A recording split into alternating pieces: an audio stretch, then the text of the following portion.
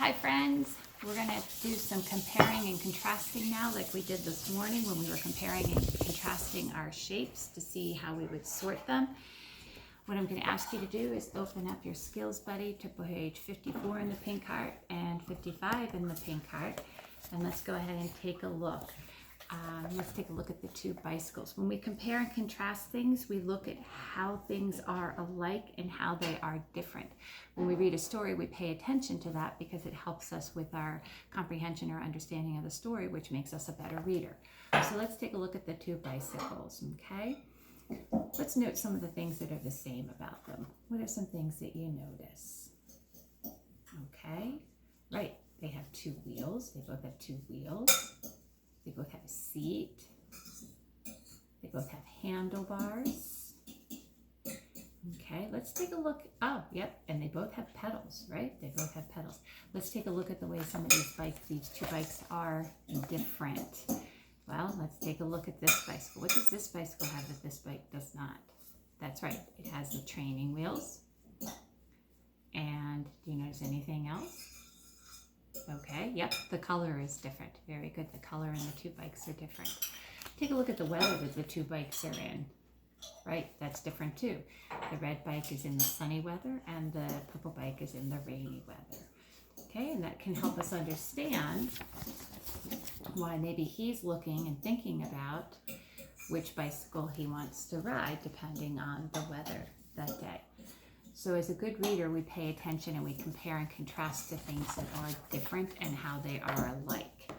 What we're going to do right now is you're going to listen to a quick story. It's called Two Vans. What I want you to do is I want you to be listening. How are the vans alike, or are they different in what they're carrying? And they're going to be talking about two different types of vans in the story. They're going to be talking about a moving van, and they're going to talk about a carpenter's van. And we talked about carpenters before when we talked about the Holy Family. We talked about how Joseph was a carpenter and he worked with wood and things like that. So I want you to listen to the story, Two Vans, and I want you to be thinking in your head about how the vans are alike and different, and what does each van do. So listen carefully. The story is called Two Vans. Amy's dad helps people move from one house to another. He and his crew pack people's things into boxes. Then they put the boxes into a big moving van, and they carry the people's furniture out and put it all into the van. They pack everything up carefully so that it'll fit in the van. Then they drive to the people's new house, take everything out of the van, and put it into the new house. Josh's dad drives a van for his job too. He's a carpenter. His van is much smaller than the big moving van, and it's full of tools. Sometimes he carries boards in it to use when he is building a new kitchen or a garage. Many people use vans to do their jobs. Their jobs are different, and so are their vans. Okay, so in the story, Two Vans. Are the vans alike or different in what they carry? Right, they're different. What is in the moving van? Right, all the family's belongings that they pack up in a house and that they move from one house to a new house. What is in the carpenter's van? Very good. Tools and wood to help the carpenters do their jobs. Very good. All right. So when we compare and contrast things, we look at how they are alike and how they are different. Well, that was how they are different. How are the two vans alike? Right, they both help people do things. One helps the family move their things, and another helps the carpenters do their job. So when we compare and contrast, we're able to understand a story better by looking at how things are alike and different in the story. Okay? In our story, we did learn about Josh's dad, who keeps his tools in his van. What are some tools that we use at school, and where do we keep them? Right, we use our pencils, our crayons, our scissors, things like that, and we keep them inside our toolboxes. Words like in and on, these are words that help us tell where our tools are, and they're called prepositions. We keep our toolboxes in our desk. We put our books on top of our desk. When we use those kinds of words, we're telling people where we keep things, and those are called prepositions. So today what we're going to do is we're going to be talking about prepositions. So if I look at a sentence like this, the book is on the shelf. If I look at the word on, it's going to tell me more about the shelf, the noun, the naming word, where the book is. It's going to tell me the direction. It's telling me that that book is on the shelf. Okay? So if I'm going to underline my preposition, I'm going to underline the word on. It tells me where it is on the shelf. Some other preposition words that we might use prepositions words like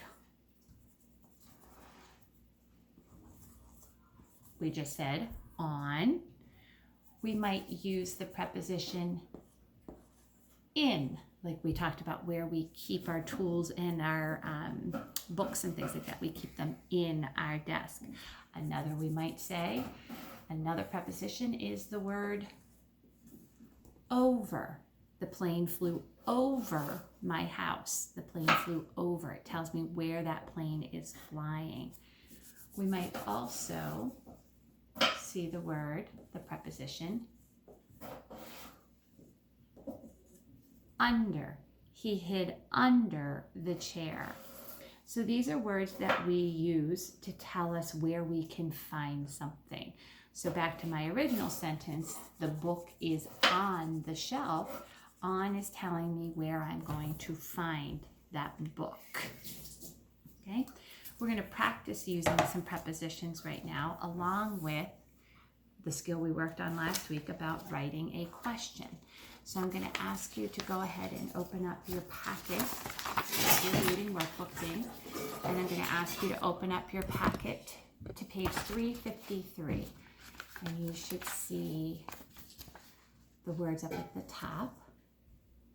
Can I see the pet?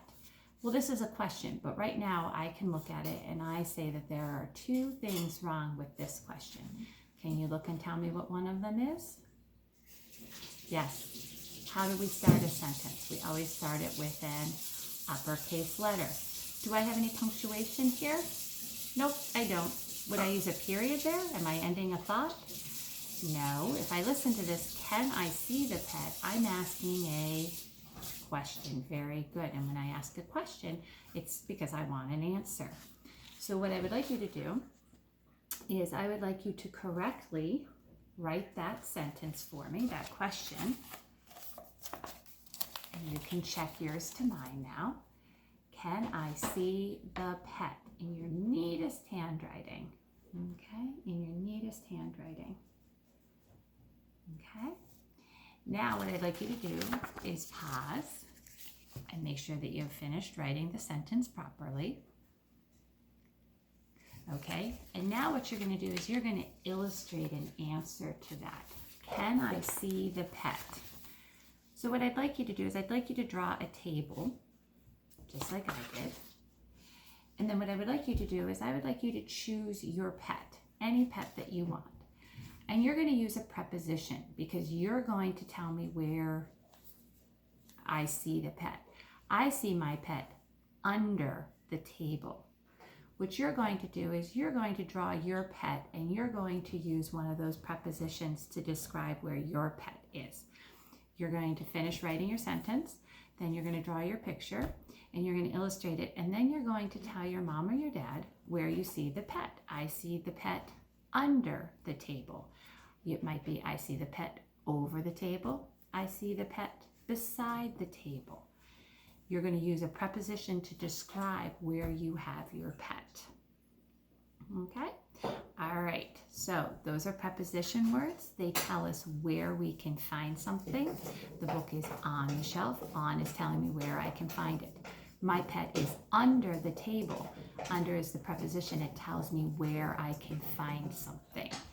Okay, so go ahead and finish your work neatly. Let mom or dad take a look at it, and then you can put a star on your work. All right, talk to you soon. Bye.